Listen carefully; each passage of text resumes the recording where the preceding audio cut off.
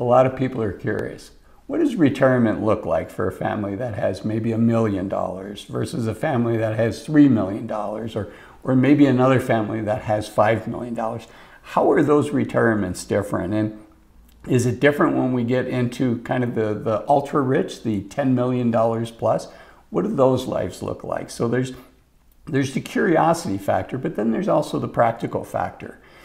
Many folks are thinking, well, I have enough, I can probably retire now, but if I work another 5 or 7 years, maybe I can double that from $1 million to $2 million. Or if I have $3 million, if I work another 5 years, maybe I can get to $5 million. Or if you have $5 million, maybe you can get to $10 million.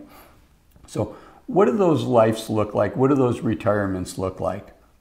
And so there's that practical piece in addition to the just kind of curious. Now, from the practical point, I want to share with you, right out at the start, there was a study that was done that looks at, does it ever feel like it's enough? So Boston College interviewed some of their endowment donors, some of the wealthiest families that had connections to Boston College. The average person, the average family surveyed had $75 million, just to show you the caliber. But interestingly, one of the questions was, do you feel financially secure? And from this group whose average net worth was $75 million, you know what the answer was? No, we don't feel financially secure. And how much would it take for you to feel financially secure? Across the spectrum, it was twice as much as what they currently have. So that's something I want you to be keeping in the back of your mind as we go through it, is it worth the trade-off? Okay, let's start off with a family with $1 million. What does their retirement look like? Their retirement likely looks pretty similar to what their life looked like when they were working.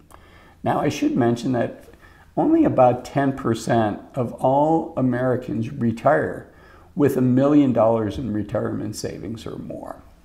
So, although their life looked a lot like it did when they were working, from an ability to go on vacation, to buy cars, to go out to eat, things like that, there still are sacrifices needed. They're probably looking at about 60 to 70% of their replacement income is what we call it.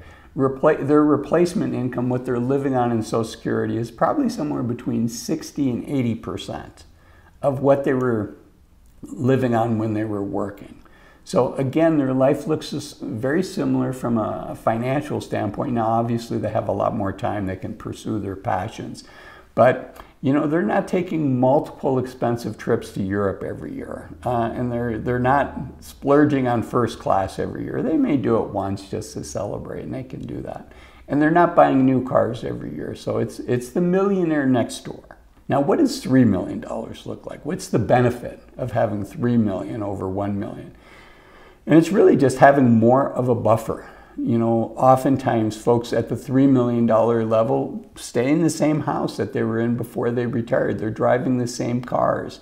Again, a very similar lifestyle to what they had when they were working. Only, interestingly, the way a lot of us build up our net worth is we're good savers. And so people at the $3 million level, it's similar lifestyle, but obviously they don't have to save anymore, right? That chapter of their life is behind them. But what's interesting is I'd say 80% of my clients in that category still save money. They just can't help themselves. They're saving 20%. Let's say they're living on $100,000 a year.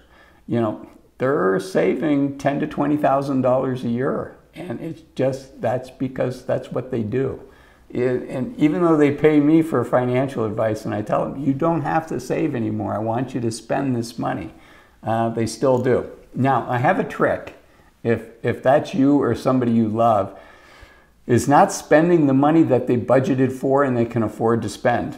There's two ways to do it. There's the easy way that has like a 50-50 chance of working, and then there's the hard way that has almost 100% success rate. And the easy way, the 50-50 success rate, is whatever they don't spend. So if their goal is, if their budget's $100,000 a year, if they don't give them a buffer plus or minus $5,000, maybe $10,000, but outside of that, anything they don't spend, they have to donate to their favorite charity. at the end of the year. So if the goal is $100,000, maybe you give them a $5,000 buffer, right? Because it's not like we're trying to land a lunar spacecraft on the moon and we need precision, but we just generally want people spending the money that they budgeted for and that they worked hard and they sacrificed for. Give them a little bit of a buffer, but anything outside of that, they have to give to their favorite charity. That has a 50% likelihood of succeeding, but it's an easy way to go. The hard way to go, and this is not a political channel, but any money they don't spend, they have to give to a political candidate that they don't like. They have to make a donation to a political candidate that they don't like, obviously within the legal limits. But I can tell you, I don't have many clients that want to do that. So that can break them of their habit if they're willing to do that. Okay, let's keep going. $5 million. What does $5 million look like? So HBO had a TV show called Succession, and I did not watch it, but one of my friends told me about this because I had a phrase that I used when people would ask, what are lives of people that have $5 million? What does that look like? And I use a phrase called you're the poorest rich man in the room. And that's essentially what it is. At $5 million, you have a lot of flexibility that people in the $1 to $3 million range doesn't have. But you're not flying private jets, right? You might fly first class once a year or something like that. And so obviously you have a very comfortable life. But versus the peer group that these folks are close to, they're the poorest rich man in the room. And I should say, at $3 million, you're the richest normal person in the room. That's the other thing that I say.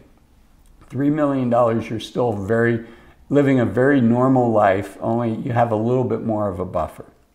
And so the $5 million family can get themselves in trouble. They can live very comfortably if they anchor themselves from probably where they were when they were working, and they've got more comforts than many of their friends that they were working with. So in that regard, they can look at that and they have a lot more flexibility. But if they suffer from lifestyle creep and keeping up with the Joneses and trying to impress another group, they can get themselves in trouble quickly, because those trips to Europe that you and I might go on and spend $3,000 to $5,000 to maybe $10,000, that can be a $20,000 to $50,000 vacation for rich people.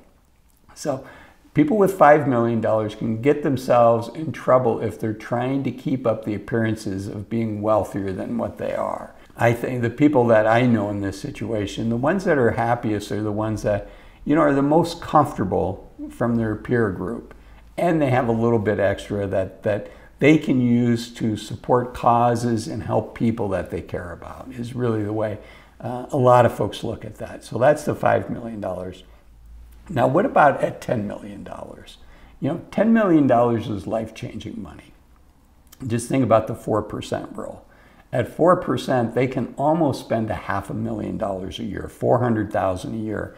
And on top of that, they get whatever their Social Security is. If they're married, they get a spousal benefit on that, or the spouse has their own Social Security record.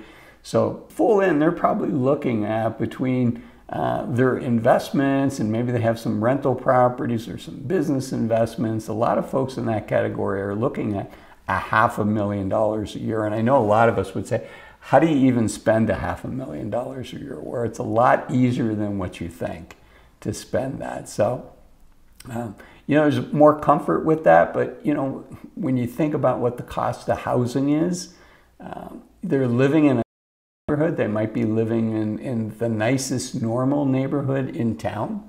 But to really get to that next level where the mansions are in your town, where they're really huge house. I mean, if you live in the Bay Area in the United States, you know what I'm talking about. But they're not buying one of those houses, but they're living very comfortably, and they can choose. They're kind of in between two groups.